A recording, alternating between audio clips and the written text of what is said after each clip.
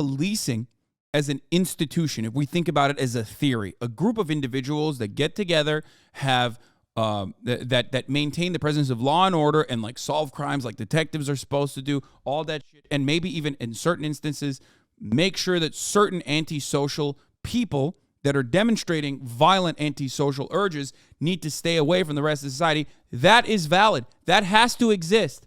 Okay?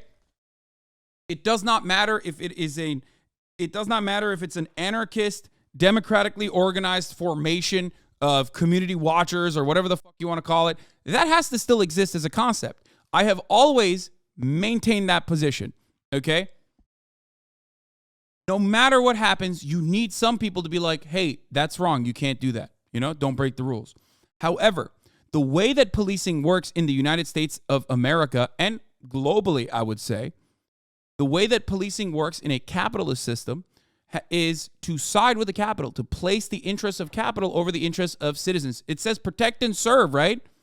On the side of the cop cars. But the real protecting and serving that is happening in the way that policing works under capitalism is protecting and serving the interests of capital.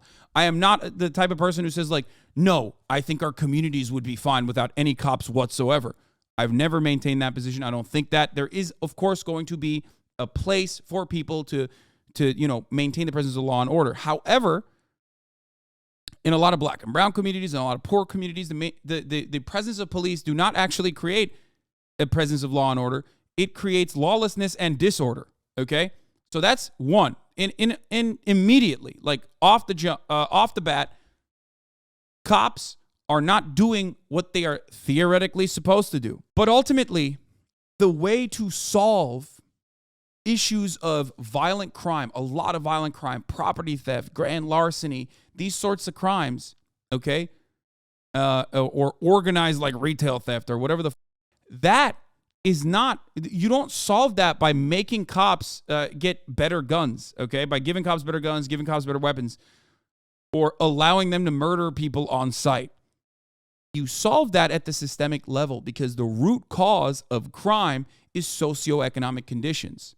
Motherfuckers with more to lose are not going to steal or do dumb shit. That's just the truth. It's the simplest way I can put it. If you have a bright future ahead of you, you are most likely not going to fuck shit up. If you're going to school and you're learning shit, you have, after school programs, you have friends, you have an opportunity to go to college, you have an opportunity to help your family and your community, you're not going to fuck that shit up. You are significantly less likely to go and steal. You are significantly less likely to go and get a gun and do some crazy shit. It's super simple. And for some weird reason, we just cannot comprehend it. We think like, nah, you don't understand, bro. Like, nah, people are just like inherently violent, or it's rap music, or it's rap culture, or whatever the fuck. It's like, no, dude.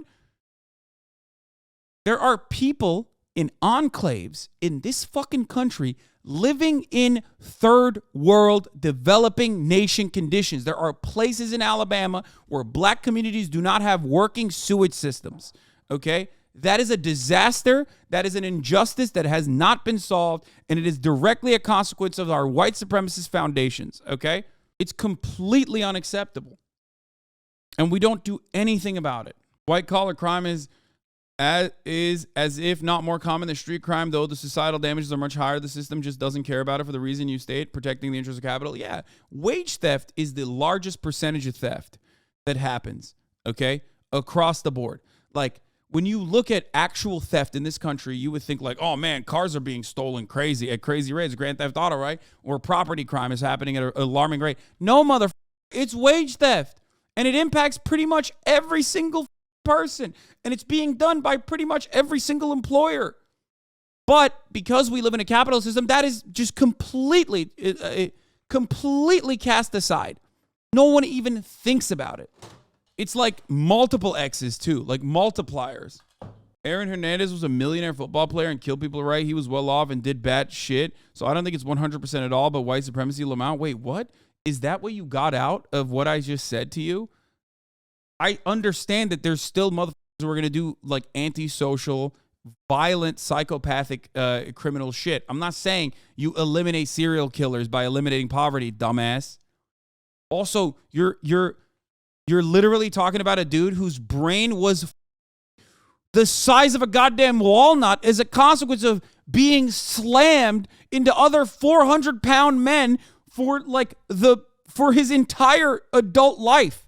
The fuck are you talking about, dude? Why do you think he did that? Because that was his only way of upward social mobility, right? That's crazy. I can't believe this guy with demonstrable mental illness created by concussions, as like wealthier billionaires extract a gigantic chunk of his labor value, sit there and keep adding more billions into their wealth. That dude broke his brain so hard he went and like did a shitload of psychotic violent crimes that are directly linked back to his CTE. So the example that you used is even worse than that. You could have just used like any number of serial killers if that's what your argument is. If like, oh well, you can't solve serial killers. I agree, you can't.